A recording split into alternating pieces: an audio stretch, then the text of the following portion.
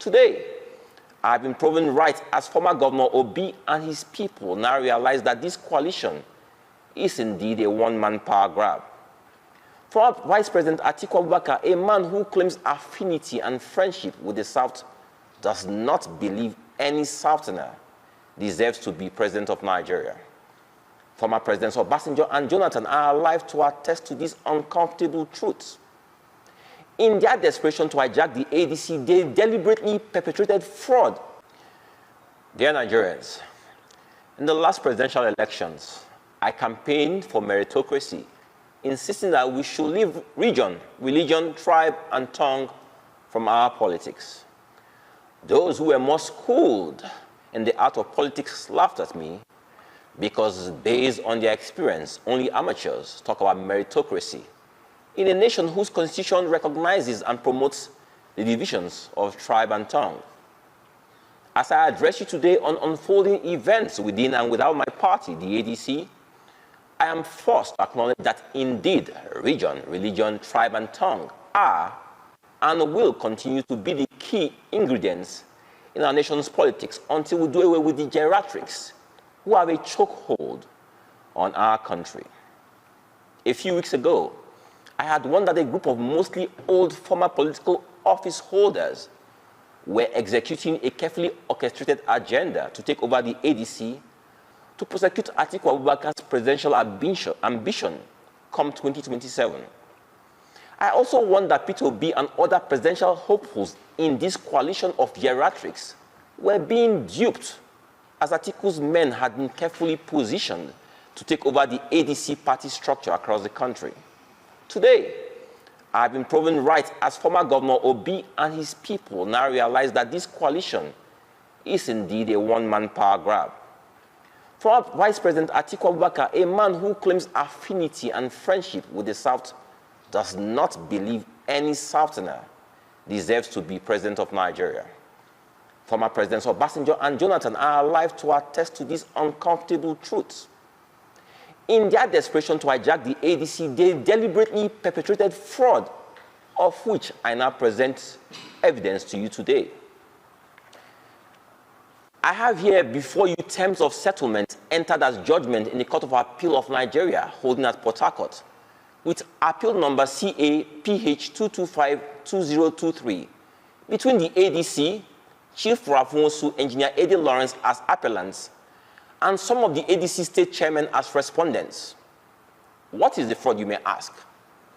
To use the ADC, they needed to free it of all legal encumbrances, such as those challenging Rafunsu's fraudulent claim to the chairmanship of the party. And so, they forged signatures of some of the chairmen who were not interested in the sale of the party and presented it to the court as terms of settlement, which the Court of Appeal adopted as judgment. I have here copies of said judgments and international passport copies of the chairmen whose signatures were forged. Ladies and gentlemen of the press, please compare the signature specimens.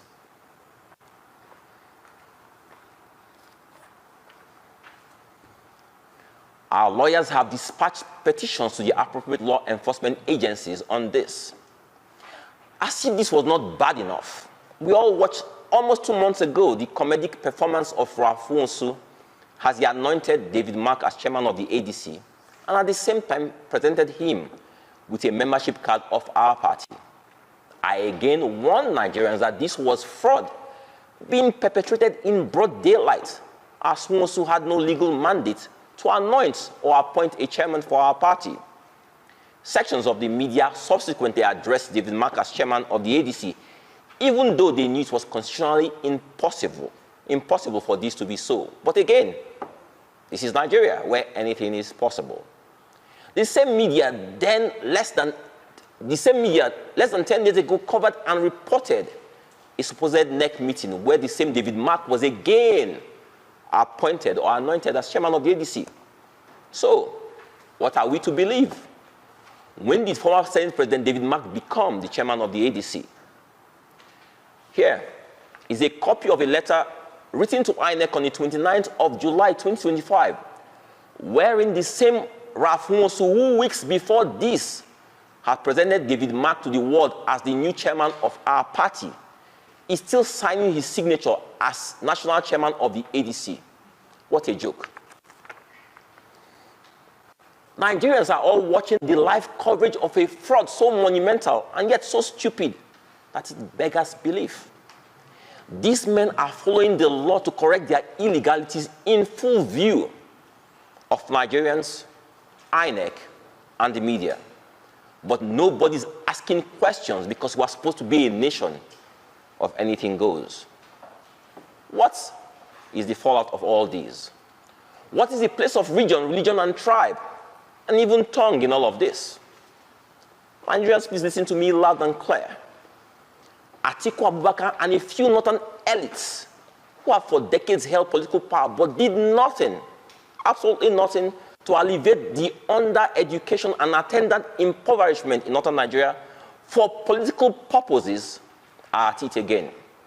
They have armed the weapons of region, religion, tongue, tribe, and poverty as they convince millions of poor northerners that a Southern President Tinubu hates them and is the cause of their poverty.